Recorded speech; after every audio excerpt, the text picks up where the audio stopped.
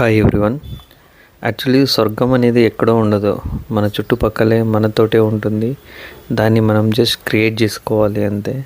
The best example మా ఇల్లే. చూడండి ఎంత గ్రీనరీగా ఉందో, ఎన్ని వెరైటీస్ ఉన్నాయో చూడండి. ఫ్రూట్ ప్లాంట్స్ చాలా ఉన్నాయి, ఇవి మాత్రం కొన్ని మాత్రమే చూపిస్తున్నాను కాసినవి.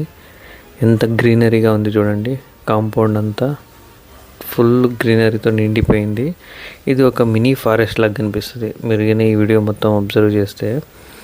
గ్రేప్ చెట్టు చూడండి, అసలు ఈ గ్రేప్ తీగ, ద్రాక్ష తీగ ఎంత బాగా అల్లుకుపోయిందో. అసలు ఎండ అనేదే పడదు ఇక్కడ, చల్లగా గాలి వస్తుంది. ఈ మొక్క కొంచెం పెద్ద అవ్వగానే పీకేద్దాం అనుకున్నాం, డ్రమ్కు అడ్డొస్తుంది బోర్ వేయించినప్పుడు అని.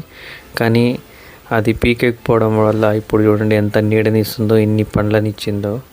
ఇప్పటికి ఇది నాకు తెలిసి ఒక 5th టైం అనుకుంటా ఇప్పుడు కాసింది. కంటిన్యూస్గా కాస్తూనే ఉంటుంది.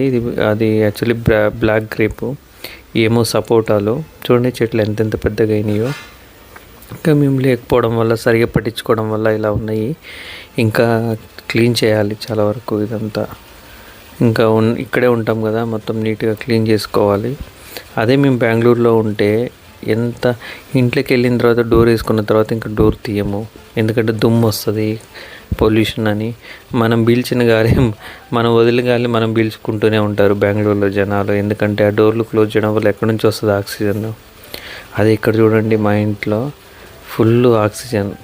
ఎంత ఫ్రీగా ఉంటుంది అంటే, చుట్టుపక్కల పొలాలు చాలా ప్రశాంతంగా ఉంటుంది, దుమ్ము లేదు, ఏం లేదు. మొక్కలు చూడండి ఎలా ఉన్నాయో, సేమ్ ఒక ఫారెస్ట్ మాదిరి ఉంది, ఫుడ్ ఫారెస్ట్ మాదిరి ఉంది. ఎన్ని ఫ్రూట్స్ వచ్చినాయి చూడండి, చాలా బ్యూటిఫుల్గా ఉంది. బాగా ఎంజాయ్ చేస్తాం. పొద్దున్నే లేయంగానే సూర్యుడు ఈ ఆకుల మధ్యలో నుంచి చూస్తే ఎంత ప్రశాంతంగా ఉంటుందంటే, ఒక యోగా చేసిన అంత ఎగ్జైట్మెంట్, ఒకలాగా ఫీలింగ్ వచ్చేస్తుంది. మా బుడ్డోడు మాత్రం బాగా ఎంజాయ్ చేస్తున్నాడు. వాడికి ఎటు చూసినా కానీ పండ్లు కానొస్తూ ఉన్నాయి. బుడ్డి మాటలతోటి కాయలు అని చెప్తా ఉంటాడు, కాయ అని. సో తండ్రిగా నాకు చాలా హ్యాపీగా ఫీల్ అవుతున్నాను.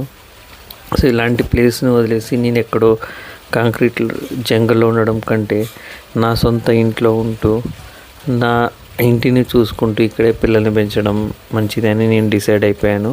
అందుకని అక్కడ నుంచి ఇక్కడికి షిఫ్ట్ అయిపోతున్నాము. అలాగే అక్కడ ఫామ్ హౌస్ ఉంది కదా మంది, నేను ఎలాగో ఆఫీస్కి వెళ్తాను కదా, 2 days అక్కడ ఉంటాను, రిమైనింగ్ డేస్ అంతా ఇక్కడే ఉంటాను.